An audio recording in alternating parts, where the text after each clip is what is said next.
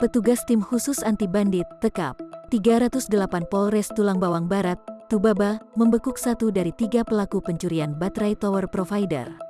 Tersangka berinisial RH alias KRM, warga Tiuh Karta, Kecamatan Tulang Bawang Udik, Tebu, Tubaba. Pelaku yang ditangkap ini bersama komplotannya telah mencuri baterai di tower Mitrasel yang beralamat di Tiuh Cahyo Randu, Kecamatan Pagardewa, Tubaba, ungkap Kapolres Tubaba AKBP Sunhot P. Silalahi melalui Kasat Reskrim AKP Freddy Aprisa Putra Parina, Rabu, 29/12. Penangkapan pelaku berdasarkan laporan polisi nomor LPB 462/12/2021 SPKTPOLRESTUBABAPOLDA Lampung, tanggal 27 Desember tahun 2021.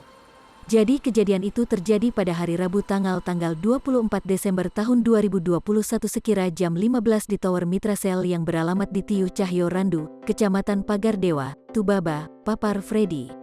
Freddy mengungkapkan, aksi pencurian itu terbongkar seusai seorang warga bernama Adebi Saputra mendapat telepon dari Weli, yang memberitahu jika baterai di Tower Mitrasel telah hilang dicuri.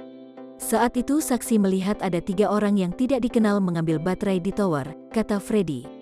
Mantan Kasat Narkoba Polres Metro ini melanjutkan, sekitar pukul 17.30 waktu Indonesia Barat Debi mengecek ke lokasi tower tersebut.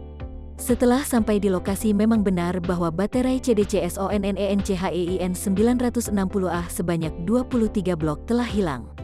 Kemudian Debi melaporkan kejadian tersebut ke Polres Tubaba, papar alumnus Fakultas Hukum Unila ini.